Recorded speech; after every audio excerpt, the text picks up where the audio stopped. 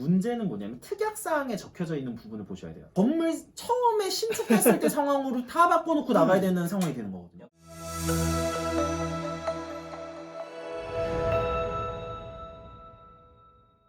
안녕하세요.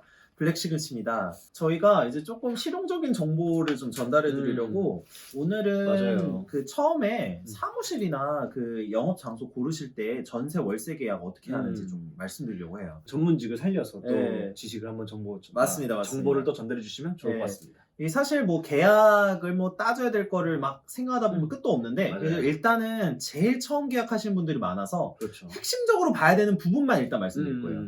첫 번째는 계약하는 사람이 직접 와서 계약하는지를 보셔야 돼요. 이때 되면 굉장히 문제가 발생하기 때문에 일단은 계약을 하시는 분이 직접 와서 계약을 하시는지 한번 보시고, 만약에 직접 계약을 안 하신다면은 위임장하고 인감증명서를 반드시 확인하셔야 돼요. 그래서 인감증명서, 위임장 반드시 확인하시고, 혹시 주민등록증이나 뭐 신분증 사본 같은 걸 만약에 한다라고 하면은, 주민등록증 같은 경우에는 이제 전화 한 통하면 제가 이제 그 자막으로 정보를 알려드릴 텐데, 전화 한 통화로 그 신분증이 진짜인지를 확인할 수 있는 절차가 있어요. 이게 인터넷으로도 가능하고 전화 한 통화로도 가능한데, 주로 발급일자랑 그 사람의 신분증이 맞는지를 유효한지를 확인하는 거거든요. 그래서 제일 안전한 거고 확실하게 하는 거는 무조건 인감도장을 찍고 인감증명서를 발급받으셔서 위임장을 확인하는 거고, 아니면은 정말 차선책, 이건 웬만하면 제가 권하지 않지만 차선책으로 하신다면은 최소 신분증은 확인하셔야 된다. 그래서 그 부분을 꼭 확인하시고, 집계약을 와가지고 하는 경우에, 본인이 왔다고 하는 경우에도 신분증을 확인하셔야 돼요. 맞는지 얼굴하고 또. 네, 그리고 그 신분증이 가짜인지 아닌지 한번 전화 한번 해보시고, 그 진짜 몇 초 안 걸려요. 그러니까 그거는 꼭 해보시기를 권합니다. 그리고 이제 두 번째로 보셔야 될 것은 원상복구 약정이라고 하는데, 그 이제 보통은요 임대차 계약서가 아주 대부분 똑같아요. 네. 아시겠지만 임대차 계약서는 맨날 똑같거든요. 그냥 형식이 딱 그 1조, 2조, 3조 이렇게 나온 거는 그냥 법 내용을 읊은 거에 불과해서 그냥 그 내용 그대로예요. 그래서 그렇죠. 크게 문제가 없는데, 문제는 뭐냐면 특약사항에 적혀져 있는 부분을 보셔야 돼요. 특약사항. 그래서 특약사항에서 특히 이제 보셔야 되는 게 주로 사업을 하시거나 가게를 하시는 분들한테는 원상복구 약정이에요. 그래서 이 원상복구 약정이라는 게 뭐냐, 이제 설명을 좀 드릴게요. 쉽게 얘기하면 제가 들어왔을 때로 돌려놓고 나가라, 이런 뜻이에요. 그렇죠. 원상태 그대로 그렇죠. 해놔라. 근데 요거가 이제 그 최근에 판례가 하나 나온 게 있는데, 판례가 나왔군요. 이게 이제 조금 되긴 했죠. 네. 조금 됐는데, 이게 2019년 8월 30일 선고 2017-268142 판결인데, 이게 뭐가 문제가 됐냐면요, 이런 거예요. 내가 임차인으로 들어왔는데 전에 다른 임차인이 그쵸. 있었어요. 임차인이 있었는데 그 사람이 이미 뭘 고쳐놨어요. 근데 나는 맞아요. 들어올 때 좀 그냥 그거 갖다 썼어요. 여기서 문제가 되는 게, 원상복구 약정이라고 하고 그 계약이 만약에 내가 승계받았다, 이어받았다로 가정해 볼게요.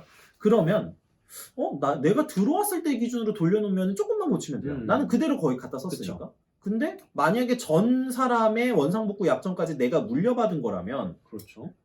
억울한. 정말 이런 상황이 돼요. 건물 처음에 신축했을 때 상황으로 다 바꿔놓고 나가야 되는 상황이 되는 거거든요. 맞아요. 그게 막 20년 된 건물이라면 네네네. 큰일 나는 거니까. 네, 그 철거 비용 이런 게 말도 안 돼요. 네. 네, 그래서 이제 이 부분이 문제가 됐었었는데, 판례가 언뜻 보면 엇갈리는 판례가 있어요. 그래서 90년도쯤에 나온 판례가 있고, 지금 최근에 작년에 나온 판례가 있는데 좀 설명을 드릴게요.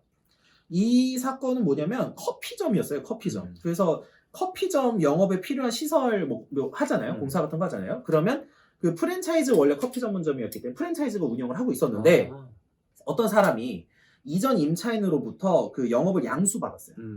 그러니까 보통 그대로 쓰는 거죠. 이제 설치됐던 시설을. 그렇죠.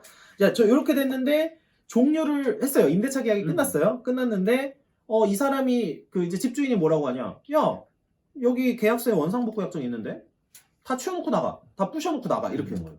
깨끗하게 하고 나가라. 프랜차이즈가 설치해놓은 그 모든 걸 원상복구. 자, 그런 상황에서 뭐가 됐냐? 그러면 이제 임차인 입장에서는 억울하죠. 그쵸. 그래서 안 고쳤어요. 안 철거를 했어요. 네. 그랬더니 이제 어떻게 하겠습니까?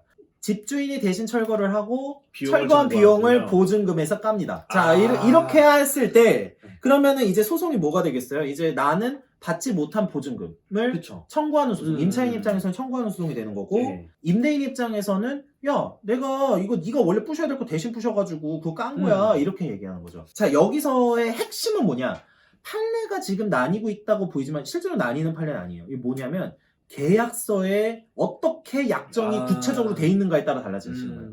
특약사항을 집중적으로 보시는데 원상복구 약정이 어떻게 돼 있는가 이를 보셔야 된다고 했던 겁니다. 그래서 이 사안에서는 그러니까 작년에 나온 사안에서는 네. 그 회사, 이게 프랜차이즈 회사가 네. 비용을 들여가지고 시설을 했어요. 네. 그게 그리고 전 임차인이 설치한 거라고 하더라도 새로운 임차인이 철거해야 할 의무가 있다고 봤어요. 근데 이게 이제 좀 의외의 판례였기 때문에 평소까지 나오게 된 건데 이 판례는 핵심적으로 증거에서 계약서에 이걸 승계한다, 원상복구 약정이 있다라는 게 명확하게 있었기 때문에 어쩔 수 없이 대법원은 이렇게 판결을 한 걸로 보여요. 그 영업을 자체를 양수하였고 그 임대차 계약도 양수했다고 본 거죠.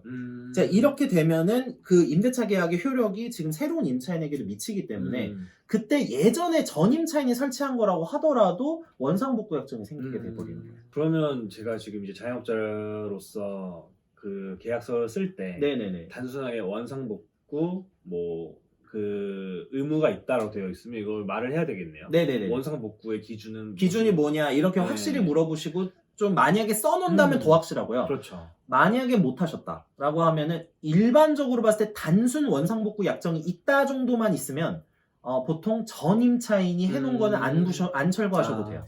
일반적으로는 그런데 이 사안은 조금 특이한 사안이었어요. 그래서 어쨌든 그래서 제일 확실한 거는 그런 내용을 확실하게 쓰는 게 사실은 가장 정확하고 소송상으로 뭐 문제가 발생하지 않을 수 있는 방법이에요. 그렇죠. 그래서 이런 거를 이제 꼭 체크를 한번 해보셔야 된다. 그리고 세 번째는 뭐냐면 요게 요즘에는 많이 사라졌는데 혹시나 해서 확인해 보시라는 건데 임대료를 밀렸을 때 고리의 이자를 설정해 놓은 계약이 있어요. 그렇죠. 네, 그래서 고리의 그 이제 막 이자율이 너무 높은 거예요. 말도 안 돼요. 네, 그래서 그거를 마지막으로 확인을 꼭 해보셔야 된다. 요 정도로 일단은 정리해보면 좋을 것 같아요. 네, 그럼 여기서도 궁금증 하나 생기는데요. 네네네. 인감증명서를 위조할 수는 없습니까? 가능한데요. 그런 인감증명서까지 확인을 하고서 계약을 한 경우에는 본인한테 과실이 있다고 생각을 해요. 그러니까 예를 들어서 이런 거예요. 동규 씨가 계약을 하는 임차인이고 제가 임대인이에요. 그쵸. 근데 어떤 제 친구한테 제가 야, 나 대신 가서 계약하고 와 라고 했어요. 그러면서 인감증명서를 해줬는데 인감증명서가 설령 위조였다고 칠게요. 네. 근데 본 사람 입장에서는 이거를 인감증명서도 보고 이렇게 확인했으니까 믿을 수밖에 없는 상황이잖아요. 그렇죠. 그러면 그 집주인에게 청구가 가능해져요. 그러니까 동규 씨가 저한테 청구가 가능해져요. 왜냐면 인감증명서에는 거기 이제 이름하고 주민등록번호 뭐 이런 게 나오잖아요. 그쵸. 그리고 사실은 발급번호도 확인하실 수 있어요. 그래서 원래는 그 부분이 위조될 가능성이 좀 낮아요. 낮은데 진짜 가끔 정말 그런 놈들이 있어요. 인감도장 막 3D 프린터 파가지고 진짜 만들어가지고 하는 경우도 제가 봤기 때문에 이제 무조건이라고 말씀 못 드리는데 발급번호를 통해서 확인해 보실 수 있습니다. 그럼 인감을 확인하는 곳도 있나요? 인감이 진짜인지를? 네네. 그러니까 그 인감증명서의 발급번호를 확인하면 되고 그 인감도장과 같은 인감도장이었다고 하면 보통 오인할 수밖에 없는 상황이죠. 그쵸. 그리고 특히 뭐가 문제냐면 인감도장은 위조가 그러니까 인감도장을 소위 말해서 새로 만드는 게 가능하잖아요. 그렇지만 인감증명서는 새로 만드는 게 본인 아니면 불가능하죠. 그렇죠. 법적으로 봤을 때도 그거를 확인을 하시고 계약을 하시면 보통은 그거를 믿은데 과실이 없다고 봐요. 그래서 이제 본인한테 청구가 가능해지는 거죠. 그래서 발급번호 확인 한번 해보시면 그것만 진위가 뜨면 인감도장 자체가 위조가 됐다고 하더라도 본인이 인감증명서를 떼준 거기 때문에 보통 문제가 안 된다. 네, 오늘은 여기까지 할까요? 네, 좋습니다. 시청해주셔서 감사합니다.